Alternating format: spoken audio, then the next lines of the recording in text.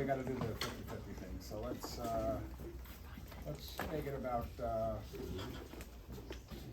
8 minutes apiece, and if we need more time, we'll give it back to people. So, Pat, All right. why don't you take it away? All right, I have built a rotator controller. It looks like this.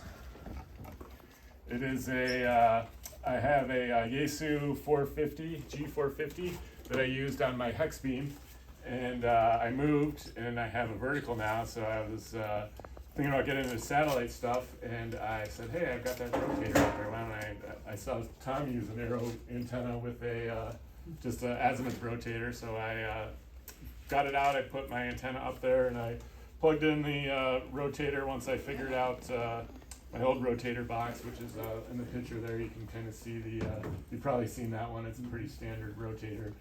And the dial didn't show anything when I turned. The thing would turn, but there was no dial, so it makes it fairly useless if you can't tell which way it's pointed. I did have that one. I modified that one with a ERC electronic rotator controller. I think it's by Vibroplex, and you install this board in here and hook it up to the wire. So I was familiar with how it works, and since it stopped working, I figured I got this new 3D printer, so I printed out the box for it, which it was one of my first designs for doing a CAD design of a box. I definitely could make some improvements on it, but it came out looking pretty well. So if you want to go to the next slide. Sure. Here's the parts list. I know you guys like parts lists. So for the case, I brought 2 kilos of filament. I probably used less than a pound. I thought you were going someplace completely different. I didn't use a lot of it because It wouldn't be it's 80 bucks. yeah. So the brains of it is Arduino Mega. It's running K3NG. Has written some very complicated software for it. It's probably the most complicated Arduino program I've seen. And then the Yaesu rotator I have is AC powered. Their new ones are DC powered. So I had to find a transformer. Yaesu is not super friendly with replacement parts. The little Molex connector on the back is $25. The transformer is $95, which that's not how much a transformer should cost. So on like the 8th page of Amazon looking for transformers, I finally found a 30-volt center tapped transformer for $23. So that was more in line with what I wanted to spend to make this thing. I've used solid state relays because I didn't want to hear the clicking. And it's got the display USB connector. I put a fuse in there. And it's miscellaneous. I didn't want to go through the rest of that crap and price it out, so probably 10 to 20 bucks. So between $67 and $80 for this thing, so it's not too bad. I put the antenna up, and then the hurricane knocked it down, so my antenna's broke now. So I hadn't finished that at that point, so I finished it this week, and because I wanted something to bring in for it, and plugged it in last night and it worked, so I was pretty happy with that. You want to go to the next slide? So here's what it looks like on the inside. This is one of my first times building and designing a project that uses AC power directly. Typically I have some sort of adapter, so I bought some of those crimping things with the plastic sleeves on them, so I didn't electrocute myself when I'm poking around in there. So the transformer is on the right. It's almost identical looking to the one that is in the Yaesu one. They have 2 extra leads coming off for 12 volt to power the other circuitry. I did a split on this where it has a power plug for DC on the other side because I didn't want to put a rectifier in there and add more complications to my already complicated project. So it will have a bunch of power cables hooked to it, but that's all right. In the middle is the board with the relays, and I've got little terminals on there so I can unhook everything and pull that out because that's probably the most, that is the part that I've done the most work on with the soldering and stuff. It's pretty simple. There's just some transistors there to take the current off of the pins for the Arduino. And then on the left is a Arduino Mega clone from Amazon. It's got the display on the front. That's an I2C interface, and then It's got 5 wires coming in from the antenna rotator that I used a microphone connector to hook those up. So they have 2 of the wires, there's 6 wires, or there's 6 plugs on the Yaesu controller, but there's 5 wires that they actually use. I think the 6th one is used in their azimuth elevation controller. So there's 2 wires that are voltage return for where the position is of the rotator, and then there's a constant AC voltage, and then a counterclockwise and clockwise AC voltage. So that's what the 2 relays control, either counterclockwise or clockwise, and those go to buttons on the front. So you just hold down the button and it turns it clockwise, you hold down the other button and it turns it counterclockwise. The next slide, I've got the schematic here, so here you can kind of see all that. This is my working copy. As you can see, it has my notes on which color wire went to which port on there. That's pretty much the hardest part of wiring that thing up. And then doing the soldering of the board with kind of doing those solder bridges on the bottom. Don't look at the bottom of the board. That's why it's the bottom. Yeah. And then the next slide has a QR code if you wanted this presentation for some reason. And it has a link to my radio blog where I keep track of all my radio stuff. aa0.radio or .com will work as well. And then K3MG's website, blog.radioartisan.com. Cool. All right, any questions? Yeah. Yeah, the A3G software. I Yeah. have used it on Arduino as a serial interface to the Yaesu controller. Yeah. So you're telling me the software has a hook, so if I to completely replace the Well, controller? oh yeah, I forgot to mention that. Yeah, that's typically you hook it into your controller as in between the cables. So I basically took the relay part and connected it directly to the AC power that the Okay, so you can rotator configure the controls. software to behave that way instead of just. Yeah, I did some configuration in there, but it was trivial. Okay. So this replaces the entire room. Yeah, it replaces the Yeah, whole this box. replaces the whole thing. I Yeah, don't. so I have. if you bought, I bought mine right around the time where they probably converted them from AC to DC. So I think I it's think even mine is DC. yeah, it might be even easier to do that with DC. You wouldn't need the giant transformer. Yeah, hey Pat, so comparing this to a green heron, everyone loves the green heron. Does this do more or less about the same? I mean, it's about the same. I think I've never we had one here, but I never touched it. Yeah, yeah. Is there a web interface to it, or? It's USB, so you hook it to your computer with USB, and then you use the PS rotator program to control it. Okay. Thanks. Okay. Do you use OpenSCAD for blocks? Open, yeah, I would, yeah. That's what I was using when I do a lot of OpenSCAD. That's Yeah. what I asked. yeah. So that it should. I haven't tried it yet, but I'm assuming it will work. Oh, yeah. If you need help, just let me know. Yeah. Any other questions? All right. Thank you, Pat. All right. Thank you guys. Next we have Glenn, N4GRC. Thank you. Yeah, Glenn for GRC. So just real question, quick question before we get started. How many of you have done a homebrew project before? Just kind of curious. Okay, that's good. Now, how many of you have not done a homebrew project but really want to? That would be everybody else, okay? Okay, well, I'm going to show you tonight that anyone can do this. This is so simple, a caveman can do this, right? This is the simplest homebrew project. So, I use, in fact, if I could change like there. So why do we need a grounding system? This part of my grounding system. I've done a presentation here before on grounding. Some of you said, oh yeah, I remember Glenn, all this ground rods, right? So, but we want to protect our equipment, and we live in Florida. Guess what? Hurricane season is coming up, and so is lightning season, right? And so we want to be sure our stuff is grounded. Go to the next slide. So what I have here is outside, this was part of my presentation, I use the Pyridan dual antenna disconnect system. Some of you have seen those, and this is great because my antennas are grounded outside. Now, what I didn't have exactly is I didn't have a real good system to know if they're on or off. And so, is going to the next slide? So what I did, I built this little thing. Now, what is this? This is a very simple little box. And if you want to go to the next slide, it is. Yeah, you say it's a simple box. that Glenn, that's a switch and resistors. In fact, there's my parts list. Ain't much in my part list. It's a wire, a couple of LEDs, the current limiting resistors for the LEDs, and a switch. says, Glenn, this looks like a glorified switch. And that's exactly what this is. This is a switch. This is all this thing does. Because, if you know, next slide, all this does is when it's on, I'm sending power out to my paradigm adapters. Okay? So it means when they're on, that means the antennas are active. Okay, so that's what the green light is. What? Yeah, exactly. Right, exactly. And so, next slide. And so when it's red, that means they're off. So the only power right now is going to that LED to show that it's red. So, well, why is that? Well, I can look at my shack real quick and say, okay, are my antennas active or are they grounded?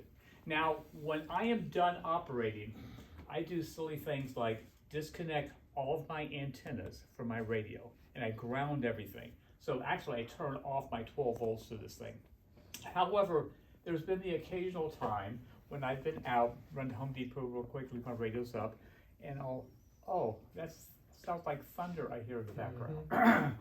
Call my wife, hi honey, could you go check to make sure the antennas are off? Like, how do I know that? The light will be red. Oh, okay, so she can do that for me. Now, generally I don't have to do that much. However, this is just a real simple project. The box was an old guitar amplifier or something my wife found from school. I said, the box is pretty good, so I just gutted the box and put my stuff in it, okay? So here's the thing. This is a simple project. Anybody can do it. On the next slide. That means you too can do a homebrew. So I hope that you guys are encouraged that next year, this month, 2026, you too will have your homebrew project in this month, and you'll be able to share it as well. Okay, any questions?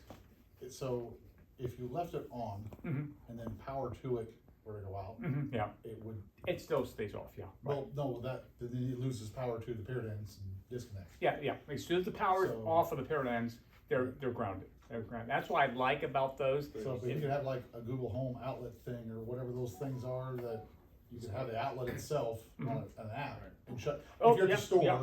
and just have that, as Yeah. long as that it disengages things still. There's lots of different things to But do. This is just a manual yeah, switch. but, well, that's still the key for it, yeah. Right, yeah, yes, go ahead. Those grounding relays you have outside on your grounding block.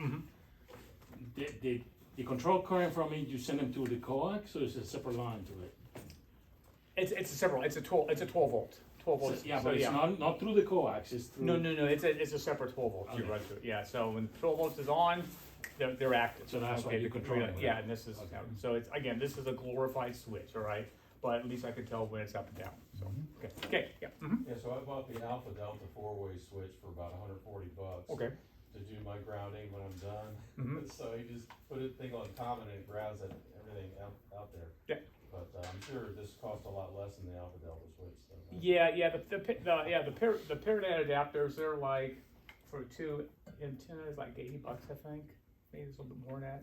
So, but, you know, I just wanted everything grounded outside. I didn't want to have to necessarily do it. But I've also got the grounding switches inside as well. So they're grounded inside, but they're grounded outside. That's the main place where I want them grounded, outside, so that we're in good Don't shape. bring it inside. Yeah. Be careful. What did you do before you had the switch? Well, I had a little AV switch, and I just, you mean before I had this? Before you had that, yeah. I just turned it on. I turned on my 12 volts, and when the 12 volts was off, I knew they were disconnected, and so I was like, well, a little bit more than that. So some kind of way to visually see if they're on or off. Yeah, I know they're like. So, okay. Any other questions? You know, some radios also, like if you have a K3 or a K4 or a 7610 or a 7600, they put 12 volts in the back of the radio when you're on. So you can also use that as a relay, so when the radio is off, the paradigms are disconnected. When they're on, they're connected. So you can do that too. So that's Okay, thank you. Next is, thank you, Glenn. Ryan, AF40 with the, you want to just do that up here? Right here. With the patch panel. This is the field day patch panel. So I don't have slides, so this, I should add one thing, inspired by an idea from John KF4UIP with the original SPARC patch panel. That's kind of where we started talking about it. Go ahead. so yeah, this came from, I was started about 4 years ago, and we had at field day there. I don't know if it was a SPARC one, the panel we had on the tripod kind of thing, little Yeah. tripod. So, anyway, so we kind of just wanted to replicate that. But then, so we were looking around and just took as, so we have all the antennas outside field day and all these feed lines coming in, and then some of the stations, you want to move them and patch them into different antennas and different bands and move things around. So, I'm trying to get rid of this thing. Okay, that's right. So, just a simple Harbor Freight case. This is the Apache. I'm not sure which model, but 5800. that one. It's on the side. Okay. Memorized the catalog. I can read, even if I didn't go by those guys. Yeah, oh, it's right there in the gray, light grays, right? So I was just looking around for different things online and found is a blank. This is 19 or a 19-inch rack panel mount. So it's just a blank panel, 6U I think, roughly. Inside here, this is all mounted to just a piano hinge kind of thing, like from a cabinet door. So it goes into and I put it into this part of the case where the screws, so that they bite into this and don't protrude too much. One screw here, I think, but anyway, so, and then also just penciled out how many we want to have these bulkhead connectors. And on the back side here, so just straight through bulkhead connector. They're all to 238, SO 238. And 238, 239, whatever it says. 259, yeah, okay. Yeah. I'm sorry, I couldn't resist. I would have done the same thing. I would have said the Mr. same thing if you Bombay, did I'm it, so. sorry. I would have said the same thing. So, yeah, we put those in, and then I had a small drill press in the garage and just tapped all the different ones with a step bit, put those through. Then down here, and I had too many of these things where it would fall back, kind of thing. So I just put some little rubber stoppers back here, and then also on the inside. Yeah, this is the fun part. Sorry. So hopefully you can see. That'll fall out, but I think it'll lay down. It was just used at field day. So what we have here is a triplexer, and that's all mounted on a piece of wood here. It's painted black, but make sure we share that around. Anyway, it's just kind of mounted so the board itself can come out all together. And then we have off the triplexer, we have the different bandpass filters. This is 10, 15, and 20. And then we just have the feed lines that come into the backside from outside, and then we can change these labels around. And then also the jumpers to the individual radios. So when we want to change around certain radios to do on a hex beam, we just plug them into the various ports, and off we go. And then we have to save or store all the jumpers. I took those out, but everything's just in there nicely tucked away, and it's basically all there is to it. So it's just more of a way to pack it up and travel with it if we need to, but we can use it at a POTA event kind of thing if we have a couple stations maybe, or all kinds of stuff. Those filters would be good for that. Yes, I almost need it. Yes. Just for those that haven't got to use it, if you didn't make it to field day, I mean, the great utility of it is you got a wire from the radio going to the back side of that panel to one of the connectors, and you've got the antenna going to the back side, and you've got jumper cables. So if you want to connect a radio to a different antenna, it's like an old telephone operator. You're just switching jumpers around. You're not rerouting cables and disconnecting anything else. It's all in that panel. So it's really clean, and once you get your field day set up, you're good to go. You can put any radio on any antenna in a matter of seconds. The idea is if we did it right, you're never behind the patch panel. You're always patching the front. Only the front. Yeah. That's 100 watts on No, you can run full. I don't know what the triplex are necessarily. Yeah, the Dune Stars are 300, I think. the triplexes. Yeah, I think they're Because up. the ones we got over there, I mean, Yeah, they're up to 300, I think, on the Dune Yeah, Stars. those are 100-watt triplexers. 100-watt sideband, not really. But that's basically just a couple of these short jumpers, and yes, you just change them around or whatever, but that's all you have to connect up. And instead of having a mess of feed lines coming in from the outside and a couple, half a dozen, whatever, from the stations inside, figuring out what's what, undoing that and plug it in over here and all this other, it's like, make sure you don't grab it when somebody else is transmitting or something else, right? So, but this way, just kind of like in a data center, if people are used to that kind of thing or something, so. What is a triplexer? I'll let you go. Triplexer basically allows you to take, for example, a multi-band antenna like a hex beam.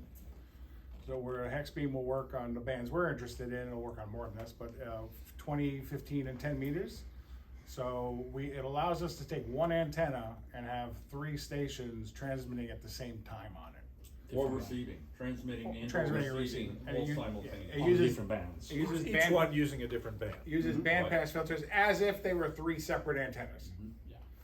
And the nice thing is they also don't interfere with each other because we have bandpass filters, so we don't have to worry about locating them, and it's the same antenna. So that's what so it allows us in one box to have 3 radios on one antenna, and we can just it's separate bands. We got to be on 3 different bands, but it allows us to do that. What's actually in the triplexer? I know the bandpass filters are separate. Is it just wires connecting it together? No, I think there's more filtering in there. Yeah. I'm pretty sure there's more filtering in it. So bandpass filters are more to keep the other one, keep that station out of the other 2. Yeah. Yeah, Dave built one. Dave built the one. There's series tuned circuits usually for each band. Because if it's a series circuit, then you've got, at resonance, you resonate each one of those ports on the band you're gonna use. And, if it's a series circuit, you've got maximum current at the antenna. X of L equals X of C, so you just got pure resistance going through that filter. And that's what allows you to, and they're very sharp, so that allows you to eliminate one band from the other, along with the bandpass filters you've got in there. So. Yeah, this all kind of started with an article that was in QST. Dave and John built the triplexer that the SPARC used. We actually used to use it at field day. And then this is a commercial one. That was Doonstar had them. And then the patch panel. The patch panel idea really is from a phone or network system. It's just and I say that because if we've done it right, because at one field day I walked up and it's like, wait a minute, somebody's like disconnecting stuff from the back. It's like, no, that's not how a patch panel works. We had that kind of explain how a patch panel worked. And granted, we do this a lot because if you're in networking or telephones, a patch panel is second nature. You don't even think about how it works. And so it's just straightforward.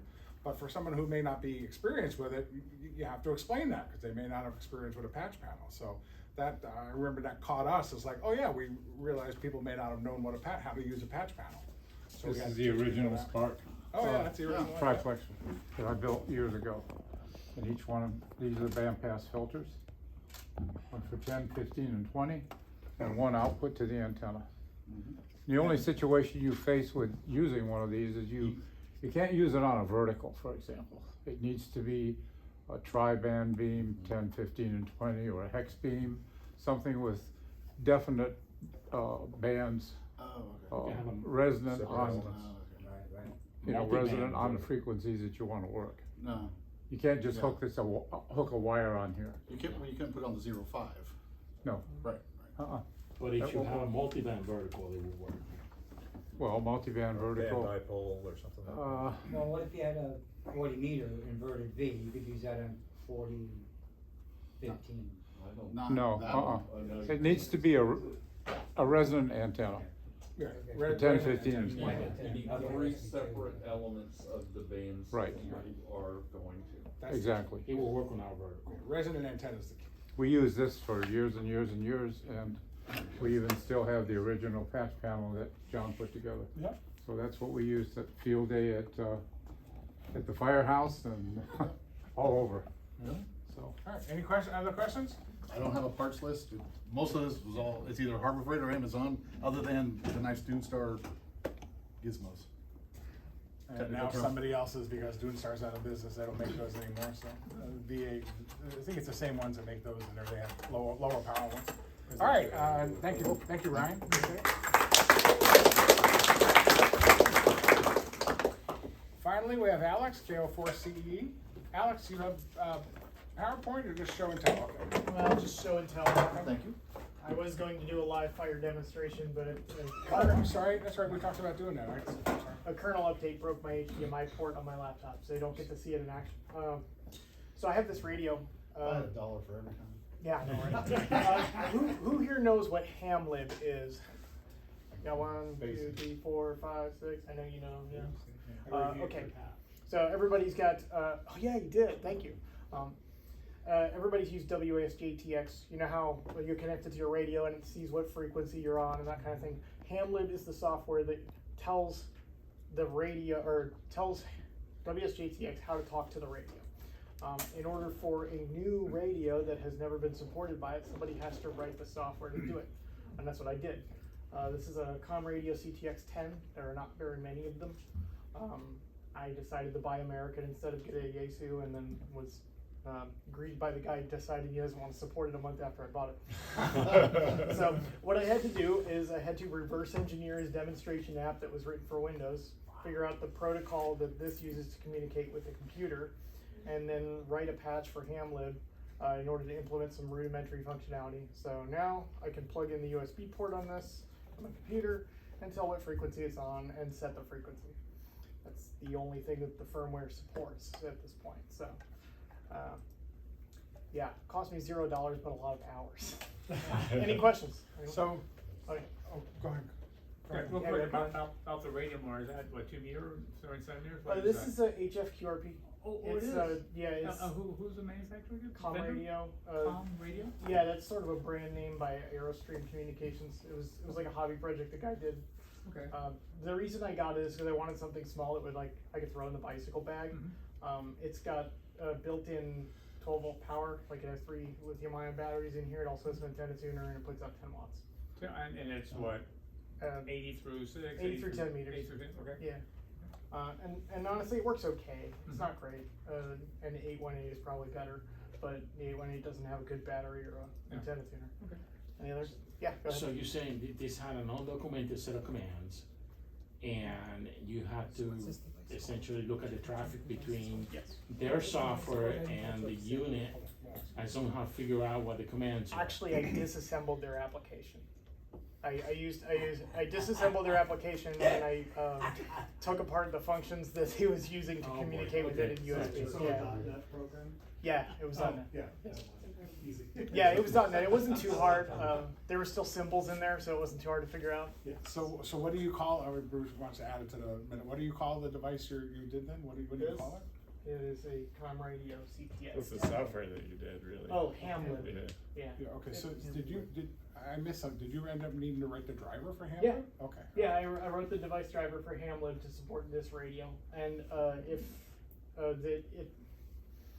the patch got accepted last year around July, but Hamlib's essentially a hobby project by a bunch of nerds, like me. And they finally got around to releasing it. So as of January, if you have Hamlib version 4.6.1, it has support for this radio now. Oh, that's cool. Yeah.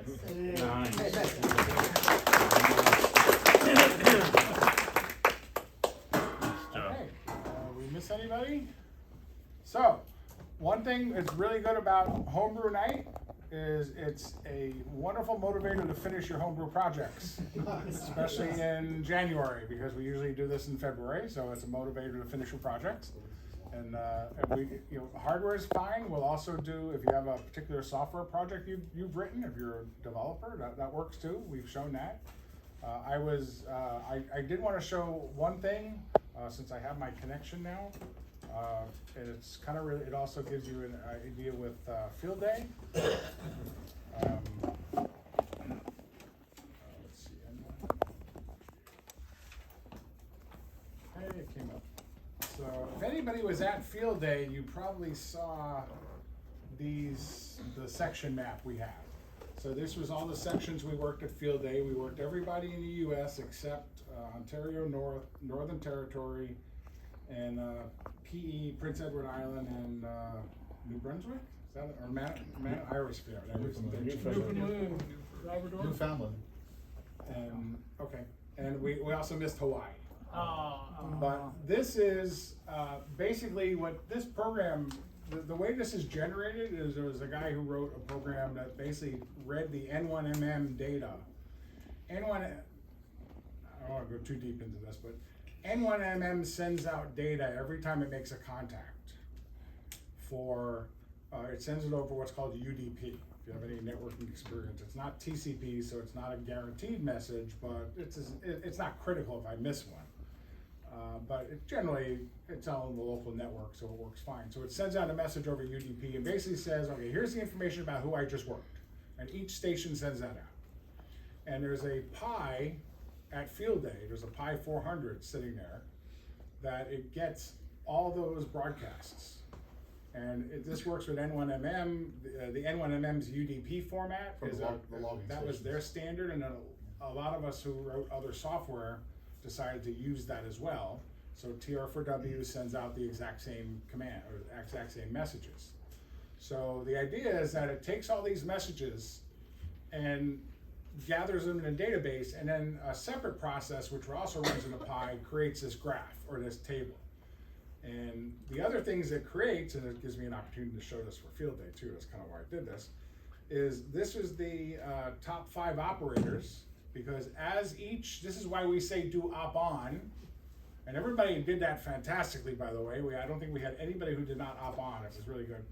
So when you op on, you put your call sign in there. Every time a contact is made, your call sign goes with that data. And that goes in the database as well, and we can keep track of who it is. And it's just a little friendly competition on scores. So Jeff, NE4C, had 545. Bruce, right here, had 231 contacts. And that was mostly on Sunday morning. Thank you. Dave, KR4U, had 124 CW contacts. Yeah. N0AC was Dean, and N4FOY, and Steve, N4FOY. And I also have a table which is everybody. And that's everybody who, you don't need to write all those down, they're all. Well, I just wanted to say that you went over the Winterfield Day It's all online right now. So so this is everybody who made a contact and in the system. And so we had lots of people who operated, and the other things, and all this data, once we have the data into a database, then we can parse it. So the original project was to basically put this in a database and generate a dashboard that was just on the Pi. So that's all you saw. So if you were sitting in front of that Pi, you could see the display, or if the Pi was plugged into a projector. What I did was I took this and I saved all the images to PNG files, graphics files, and then I have a process that uses what's called rsync, which sends all the files up to both the UPARC and the SPARC web server. And so they're on both of the sites. And so if you look on the home page of either UPARC or SPARC, you'll see that map is there, and if you click on that map, you'll be able to see the information. And what it lets me do is when I'm not there, I can look and see who's operating, and people can keep track of it. And this is also, if you were there, we had the TV inside the chow hall, and that was actually just on a process that was using Chrome to loop through or rotate through a bunch of tabs and to display each one of these messages. So it was all pretty much based on the data. But some of the other things that were kind of interesting here is this was that was just the last QSOs. I made a table if you want to see the last QSOs. The rates graph was interesting because this is you'll see we went up, we almost touched, we just passed 175 contacts a minute.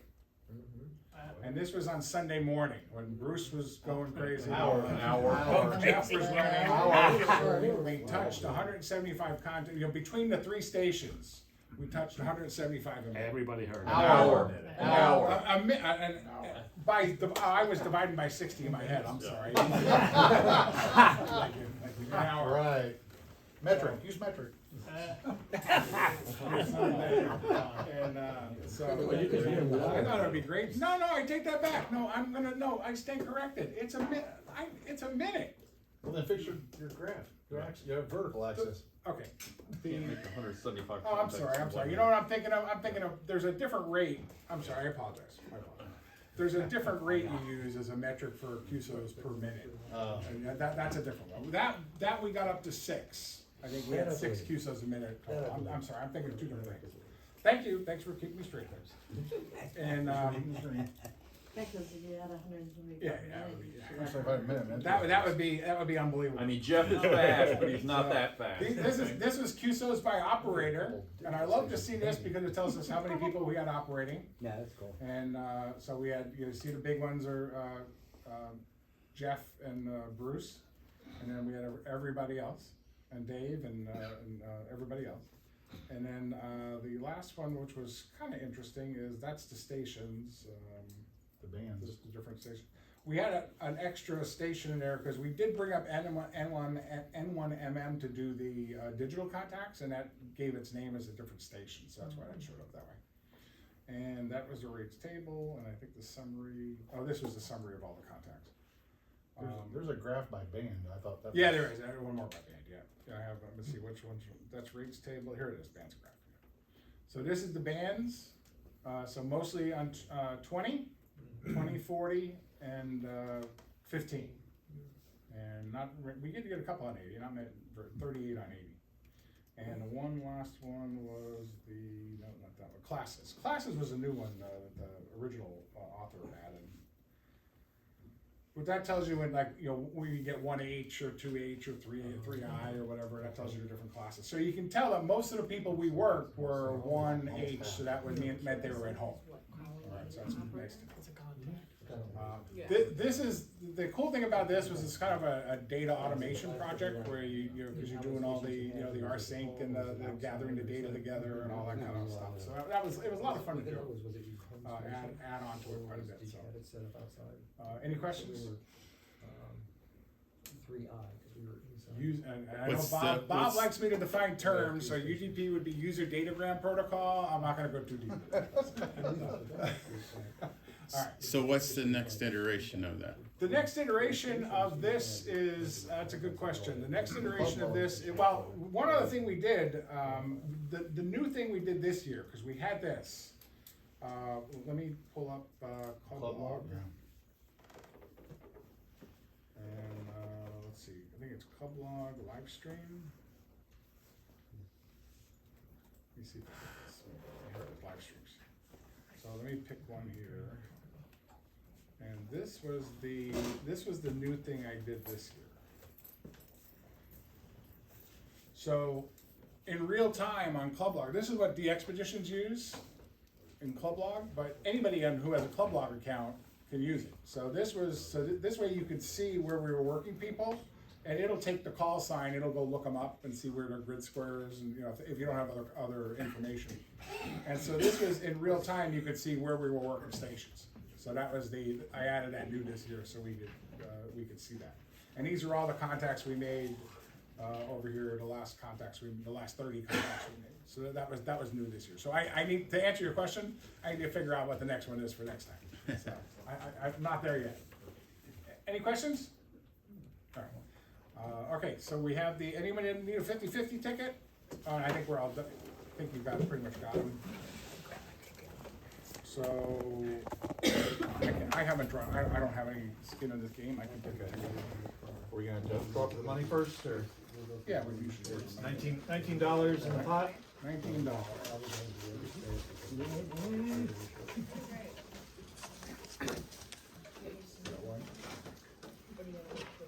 802-691. 691 in the back. Ricky. Paul, you got it. This is the right time. So that wasn't you. 691 in the back. All right. So.